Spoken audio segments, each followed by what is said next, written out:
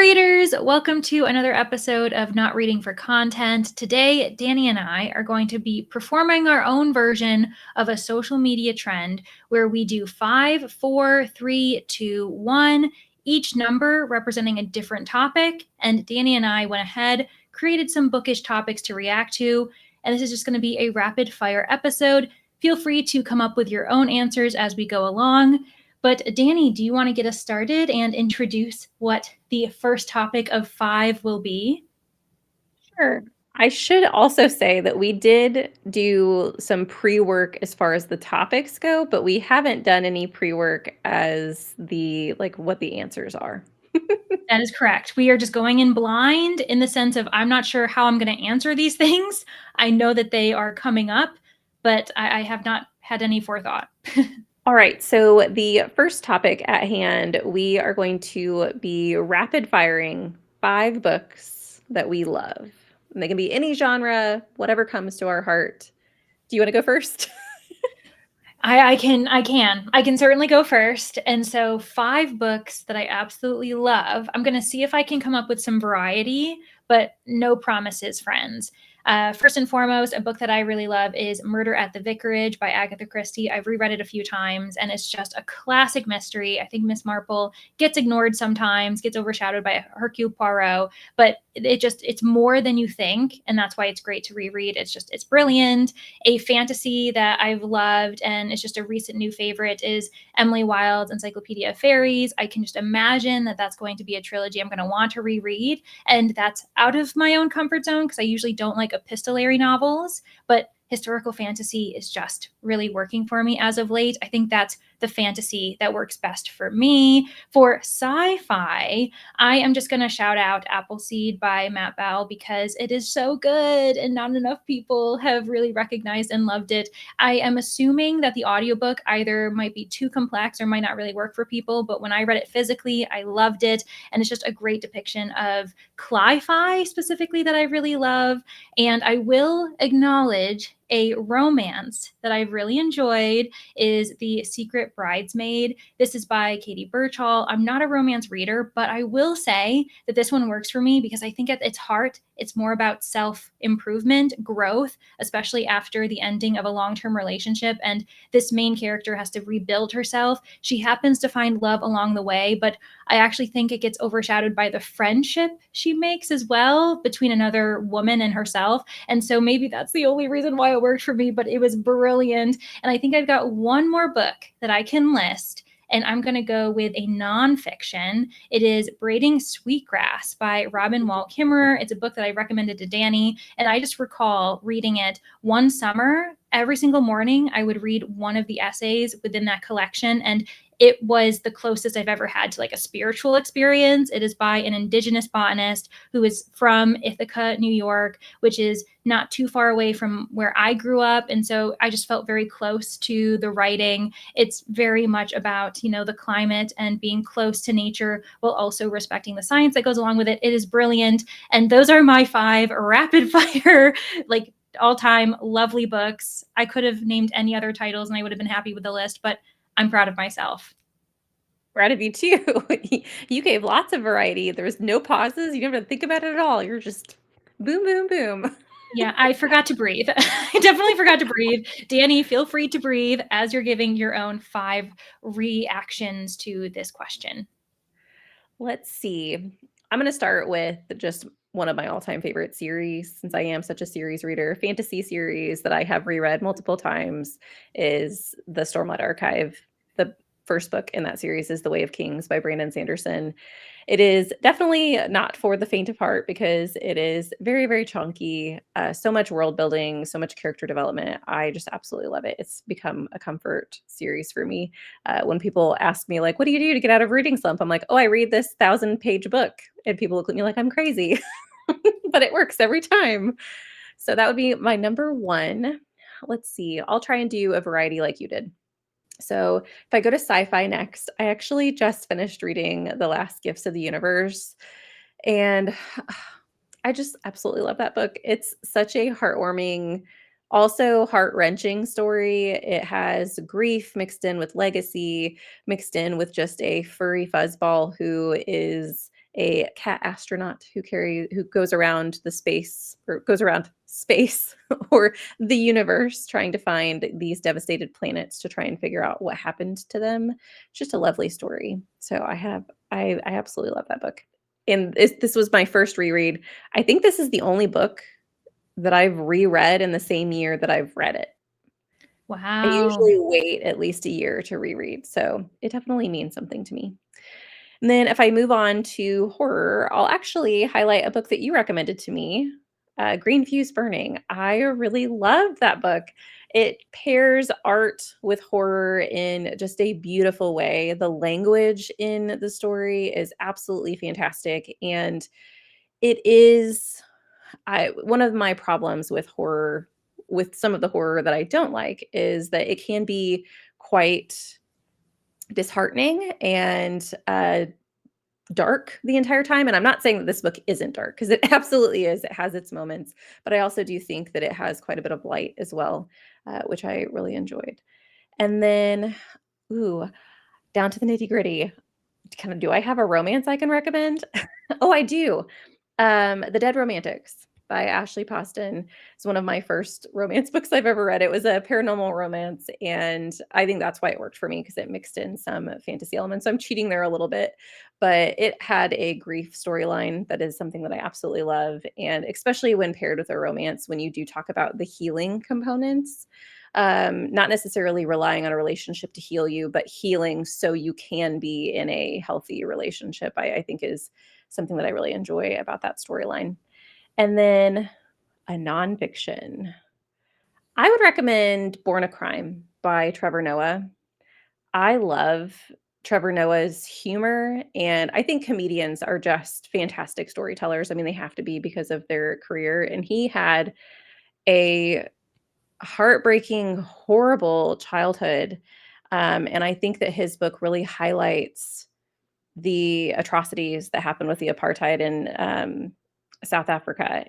But he also highlights some of the positives and the reason that he is who he is, which I just really enjoyed it. It read like a fiction novel. Like I feel that people who do not typically read nonfiction, who are a little hesitant to pick up people's life stories, memoirs, things like that, if they're hesitant, I would say this one is probably one I would recommend, because I think people will stumble over it less. I think it's very funny, it's very fast paced, and it has a really good message in the end. So I did it. Those are my Yay! top 5. Do you want to tell us Woohoo! what our next number will be? What's our next topic? Of course. Now that we have given everyone at home basically 10 recommendations, we can certainly move on to number 4, which is asking both of us to give 4 bookish items that we like to take advantage of, that we typically use, that we prefer, however we want to interpret that, but 4 bookish items. Danny, would you like to go first this time, or shall I? I'll go first this time. One of the things that I have gotten into recently is annotating my books with tabs. And so I have like a collection of the little colorful tabs. I don't find myself, whenever I read books, writing in them as often, because I feel like that takes a little bit more mental space. But if I can allot different colors to different emotions that I'm feeling or different themes that I'm seeing throughout a book, I have really enjoyed being able to do that with certain reads this year. So that would be one of my bookish items.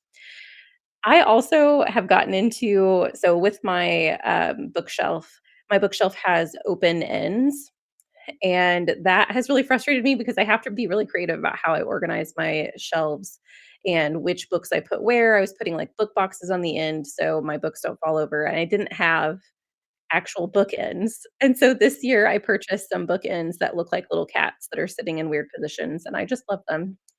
So that would be my next bookish item. I also will highlight just my, actually, I have one in front of me for those of you who are watching on YouTube, but if you aren't, I'll give you the brand name.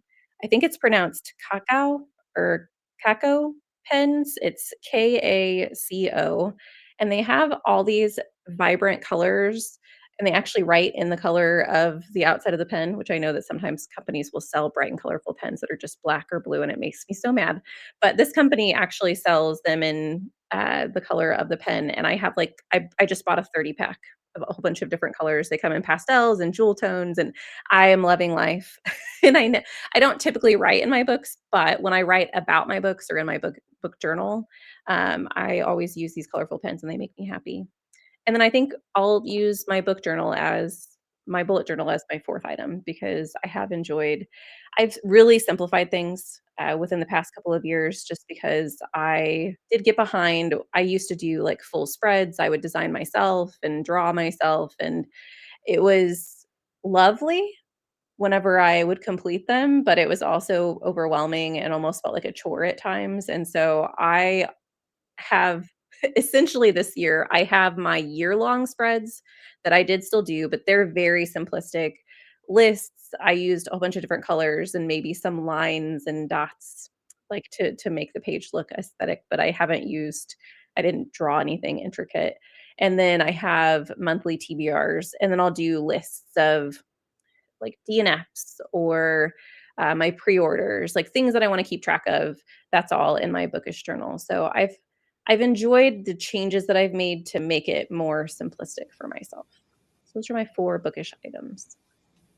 What about you? Lovely. Yeah, my 4 bookish items, I will start off where you ended, and that will be the only thing we repeat.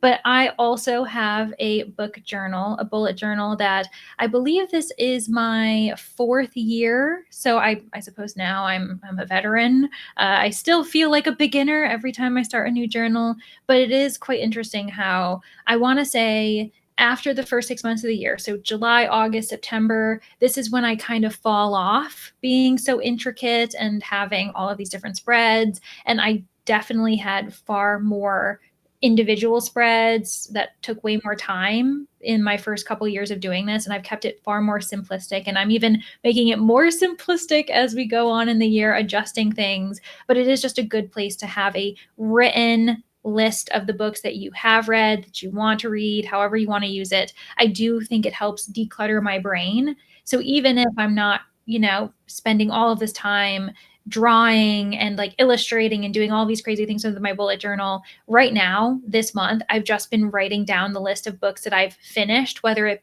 be by DNFing or by completing the book in its entirety. And I have a star rating. And then I plan on catching up with my annual spreads whenever I have, a moment to dedicate time to it. But it feels good to have that list in front of you rather than just trying to keep track of it in your brain. So it's very beneficial. And, people who are hesitant, feel free to just start a bullet journal that is as simplistic as we just described. Perfectly fine. Don't even have to track annual stats if you don't want to. Like that's honestly all of it's optional. But that's one of my 4 bookish items.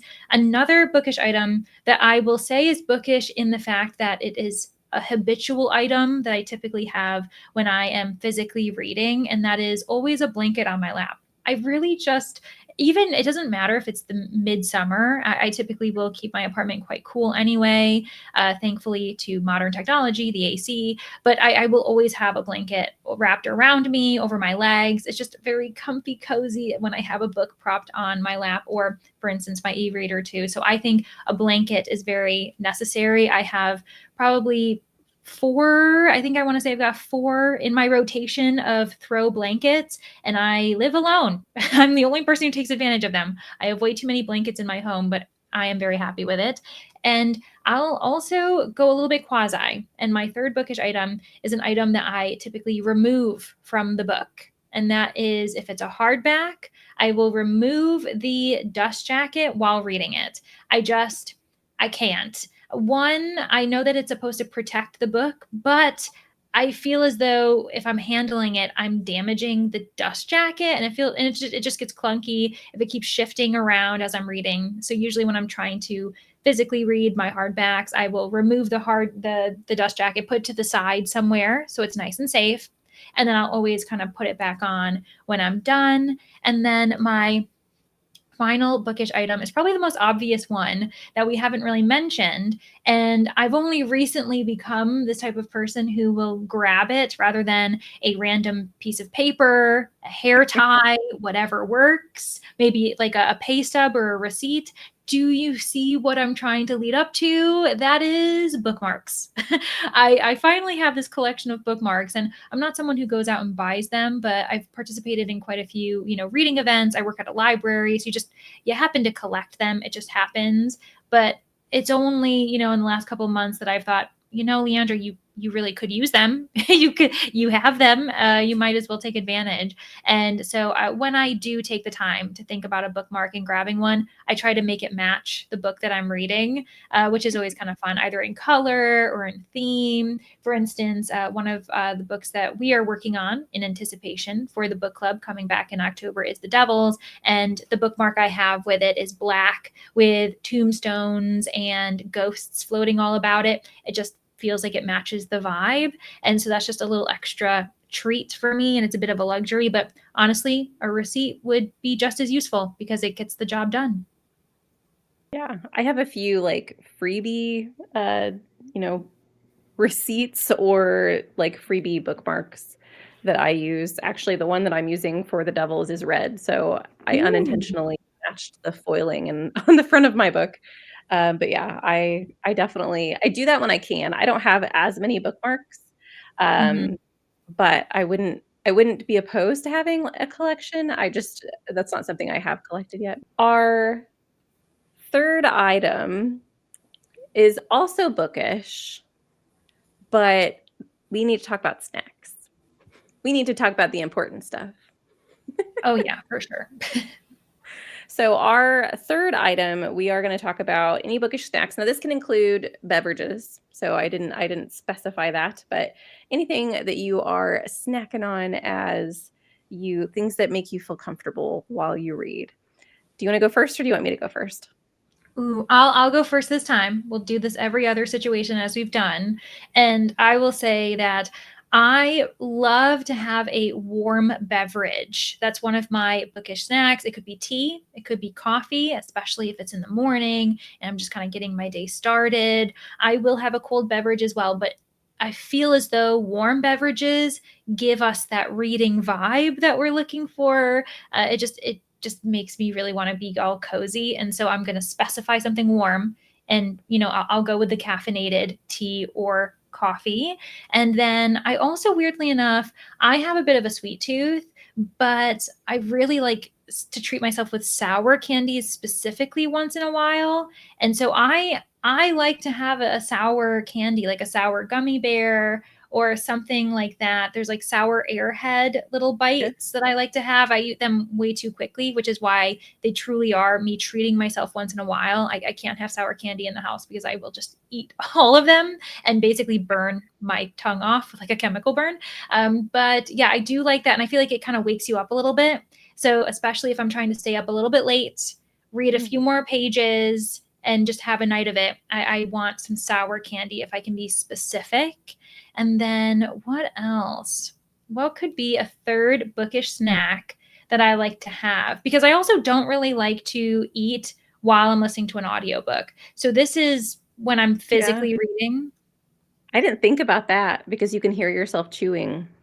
It's just weird. And I feel as though I'm not doing anything. I'm just like sitting silently and like listening. I can't even do it with an audiobook or like what should I say? Like a podcast episode. I really can't listen to a podcast episode while I'm eating as well. So that's just a realization I've had in the last month. And I'm like, okay, this is something I need to look in on myself. But you know what? We'll go with something savory, maybe something salty. And I've gotten more into like little bite-sized like Cheez-Its, things like that. I don't mind having a side of that. And I've gone over my 3. I probably could have said fruit or something like that, but it's too late. I've locked them in. I'm not going to go for a 4th snack. And there we are. I love all of those. I mean, fruit would be a good one too, but I have the thought in my head that I really don't like to I'm the opposite of you. I eat when I'm listening to an audiobook and I do not eat when I'm reading physically because I don't want to get my physical books dirty. Mm. And so I always worry about like Like, I'm thinking of, like, the sour candy, like, you have, like, little sprinkles or whatever on your fingers, or, like, if you're eating something that has, like, a dust, like a Cheez-It not a Cheez-It, but, like, a Cheeto that has, like, the cheese Mhm. dust or whatever, getting, like, a cheese smudge in my physical book would make me make me cry. I will say that that's when I go one hand in one hand. Like, Yes. I am like, the hand that I'm eating, something sour or, like, a chip or a Cheez-It in, that hand isn't touching my book. So I am keeping the 2 very separate, and I'll always, like, wash my hands and everything like that, 'cause I agree, I don't wanna smudge anything. Yeah.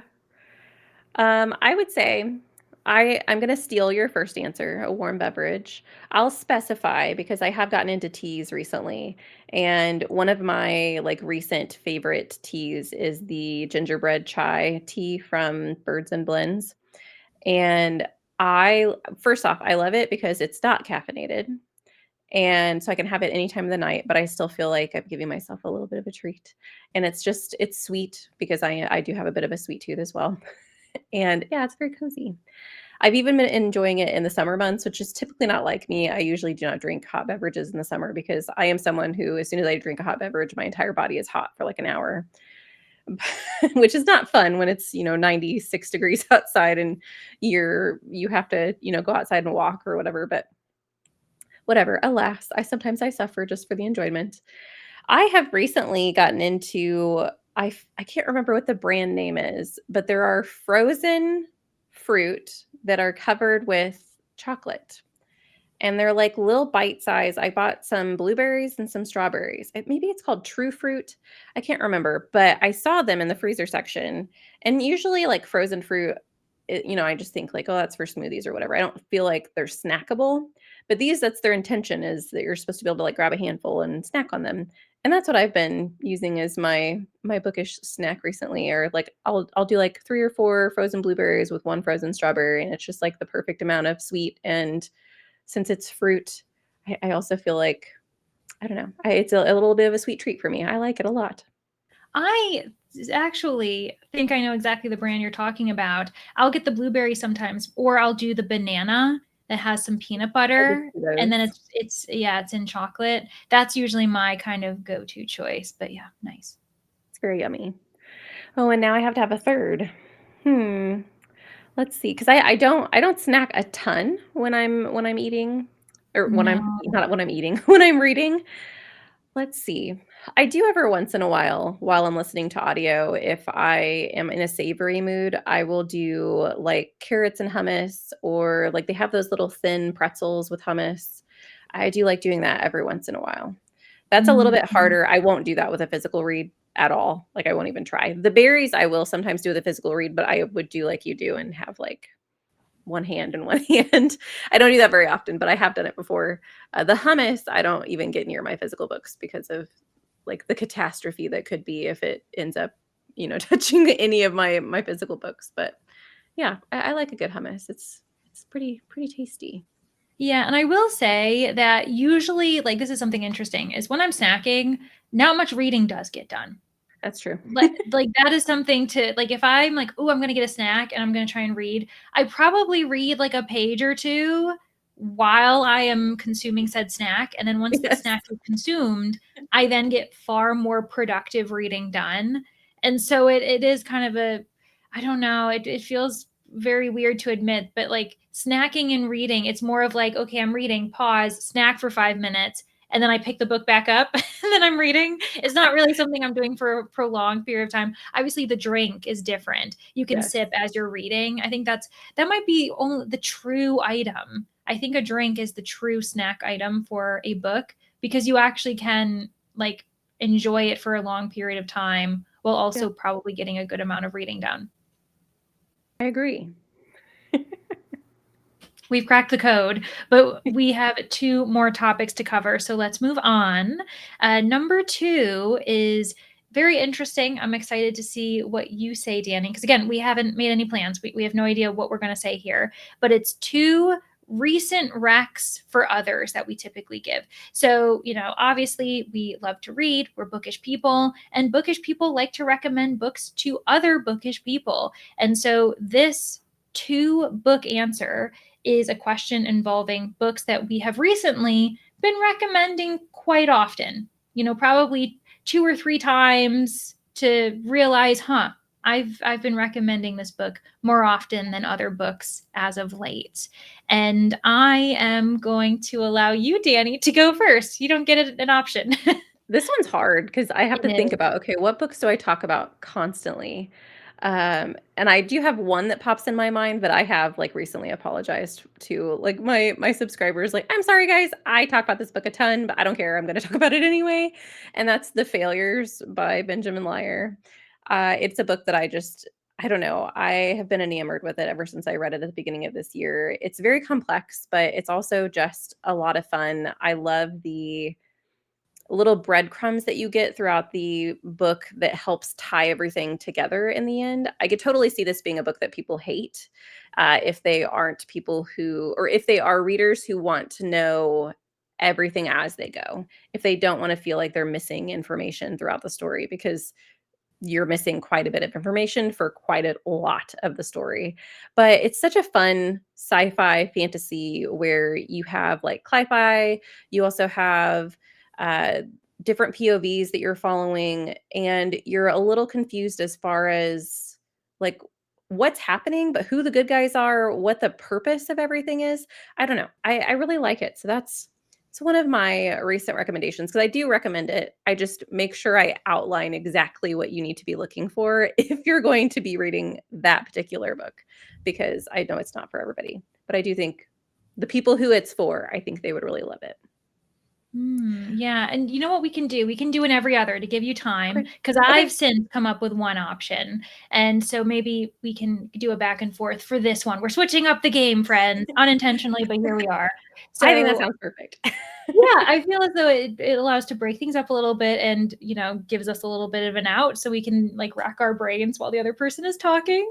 And your answer actually ended up giving me my first answer in this idea of, a book that you've been talking a lot about and realizing, maybe I should apologize because it's becoming a bit repetitive. I have found myself in 3 or 4 recent videos on my own YouTube channel discussing The Jinbad of Shantiport by Samit Basu. And that is one that just has stuck with me for quite some time. I recently did a video where I featured all of the books that I really enjoyed with robots in them, and that's what kind of inspired it. And then there have been a few others that just this book keeps cropping up. And I think it's just really stuck with me. It is sci-fi, and I do recall every time I bring up this book saying this phrase that it is Murderbot meets Aladdin, which is the tagline, the marketing scheme that I fully support. I think that it's actually very marketable in that way. And I really enjoyed the sibling dynamic. I loved the world that was built, Shantiport, this dying colony, the fact that it has been controlled by various forces, and yet its people keep trying to push back and keep trying to protect their home. And it's really humorous while also being action packed. And it's a really great story. And while I recommend this to a lot of people, the one thing that hurts my heart is I keep having to tell people, to my knowledge, it doesn't have an audiobook.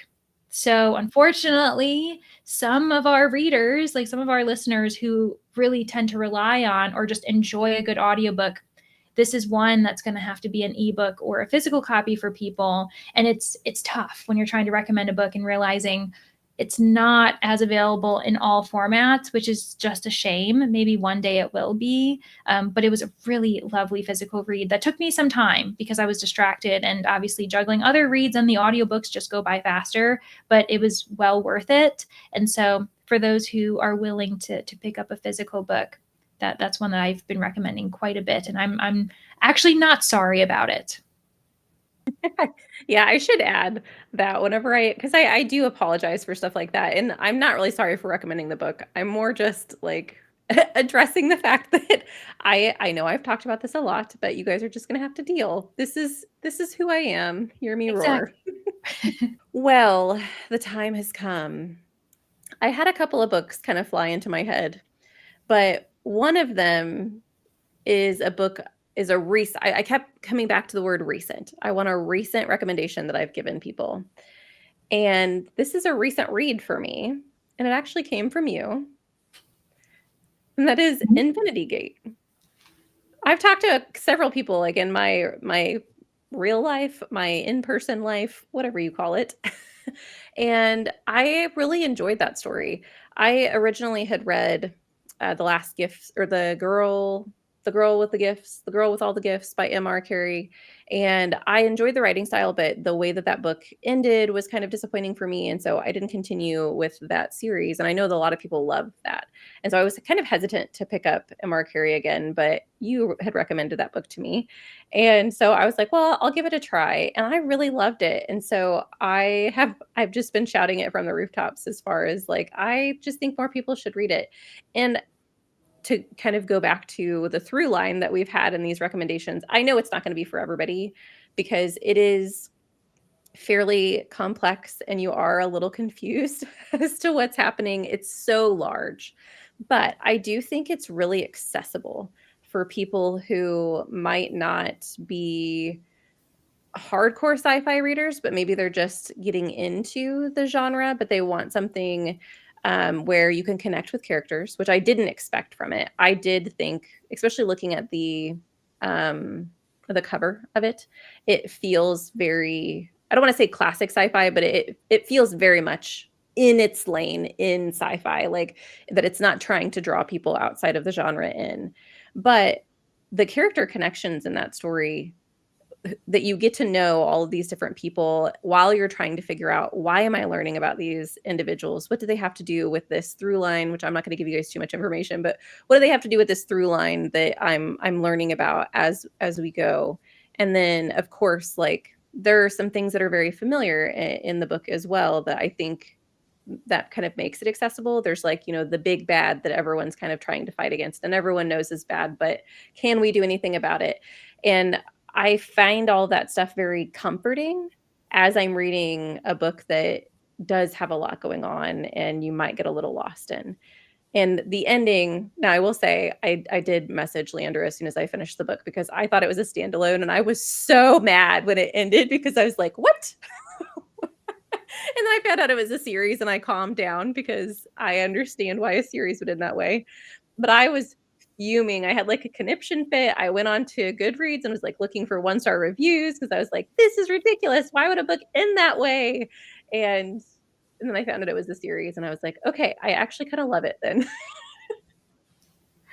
Oh my gosh. Yeah, I am so pleased that you also love that book and that you were willing to take, a chance on this author again, because that is something that's tough. And I'm really bad about that as well. Once you have like just not an amazing experience, even if it's an okay Yeah. experience, like, can I do it again? And truly, I fully support you recommending that to everybody because it's so good. And not a lot of people have really reviewed it, as it seems. It has quite a high rating across review sites, but it just hasn't really gotten that much, I guess, notoriety or notice. And part of that could be that it is quite chonky. And like you said, it looks almost classic sci-fi with the, earth and the stars in the background, and just the style of it is very much, I totally agree with you. And I also recall when you were like, I was livid at the end and I was like, don't tell me. like what? This is one of my favorite books of the year. What is going on? And then I was like, oh, okay, she didn't realize that it is a duology, and I would fully be in your camp. If it was a standalone, it would be kind of messed up. But yeah, I'm so excited to read the second book, Echo of Worlds. So if people, read Infinity Gate, if you love it, jump into book 2. Hopefully Danny and I will soon as well, so we can kind of champion it as a series in general. When it comes to another recommendation that I can provide as far as like a recent book as well, this might be something, I'm going to cheat a little bit because I haven't talked about this book yet, but I'm not going to stop shutting up about it pretty soon, because I ended up reading The Witness for the Dead by Catherine Addison, and I really loved it. I know, Danny, that you've really enjoyed this series. You love this author, and I was feeling the pressure, of course, because I knew that you really loved The Goblin Emperor. I know that I am to read it at some point, but Witness for the Dead is something I really was interested in. The fact that it's a fantasy mystery, and I wanted to really enjoy it. I wasn't sure if I could enter it without reading The Goblin Emperor. People say you can, but there's always these worries. And not only Danny, but quite a few people have read this book within our circle, and I know that they've all really loved it. And so going in, I was feeling a little bit stressed, but I fell in love. I really enjoyed the world building. It takes a hot second for you to process the language, the culture, and these individuals' titles, like the structure of the society, the fact that we're following this witness for the dead, Othala Thara Kelleher, who I finally can say his name without really stuttering because it is a mouthful. And I'm so impressed by this.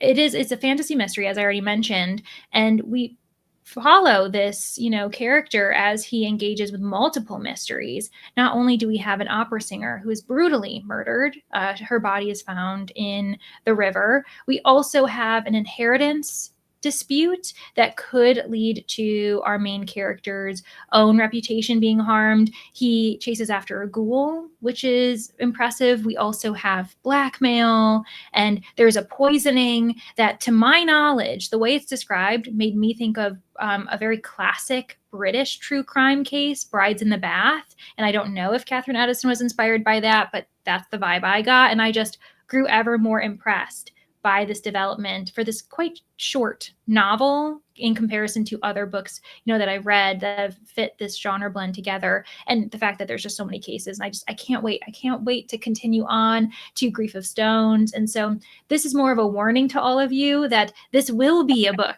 that I recommend to everybody multiple times in the next couple months. So prepare yourselves, be ready to give me an answer. If you've already read it, you're safe. If you haven't, I'm going to ask you, when are you going to read it? Because it's so good.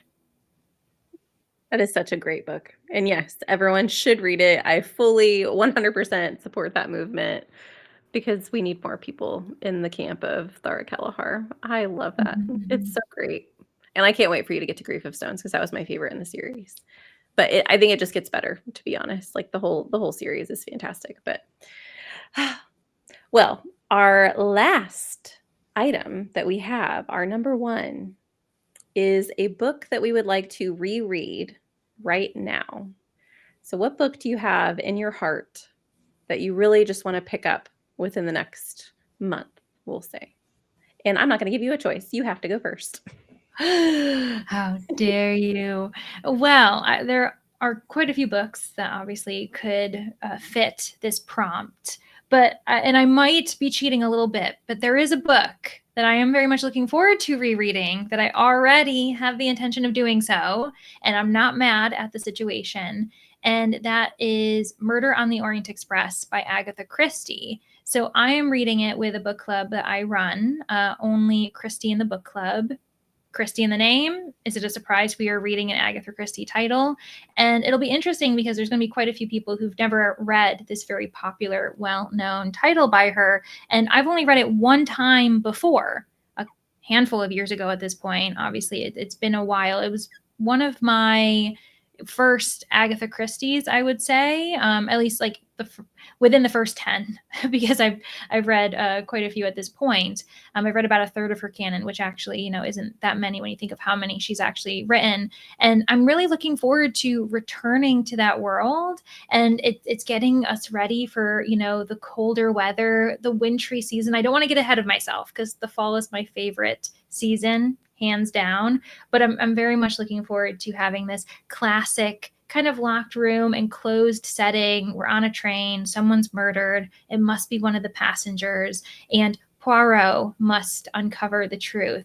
And there are quite a few adaptations that follow this story. One of my favorites is featuring David Suchet as Poirot, and that is a comfort watch. I rewatch that specific episode, that film, once a year, if not more than that, just because of how comforting it is. And so I'm anticipating the physical read to be the same type of comfort. I'm excited because it's going to be my first time rereading that book in many years.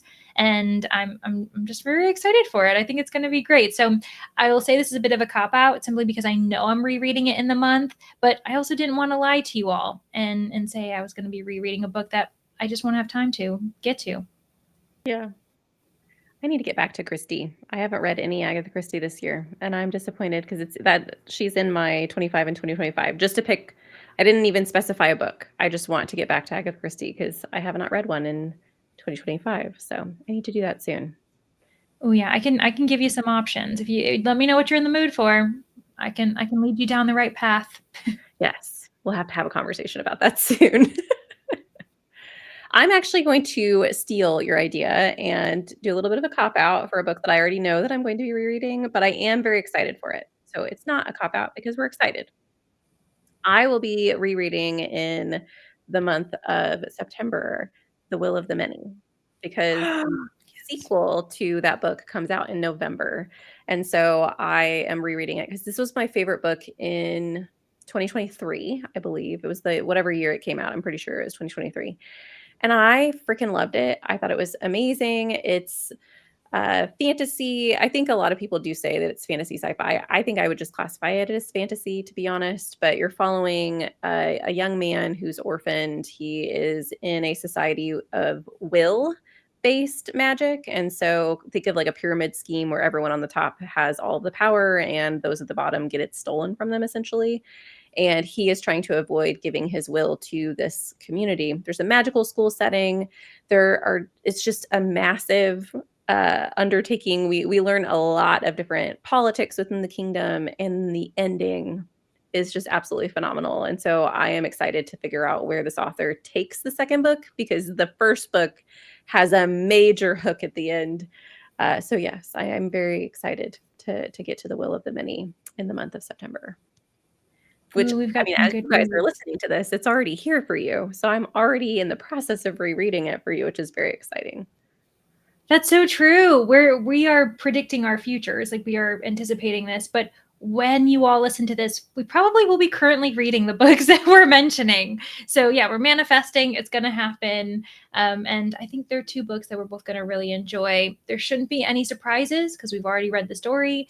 We should be able to just appreciate more of the book the second time around, what we missed the first time around. And yeah, I think it's going to be good. But that is our 5, 4, 3, 2, 1 rapid fire answering game. And I think we did a pretty good job.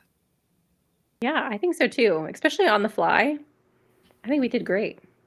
And we didn't really repeat too many things. I think we might have repeated an author or two, but beyond that, we really provided a great variety of answers, which I'm pretty pleased with. And we're going to be signing off soon, but the first thing that we've got to do before we sign off is letting you all know what we're currently reading. So, Danny, what are you currently reading? Well, as we just talked about how, we are predicting our future, I am currently reading The Devils, which is our October read for the podcast. So we are preparing for you guys to make sure that we know what we're going to talk about. We figure out whether or not we're enjoying the book, and we just have a spooky good old time in October. So that's what I'm reading. Me too. Are we surprised? I am also currently reading it. It makes sense because, as Danny said, we're recording for the podcast, more episodes for you all to get excited for. So, this is yet another reminder among many to pick up your copy of The Devils in any way that you can to get excited for our October book club read. Thank you all so much, and we hope to see you next Friday. Happy reading, friends. Bye.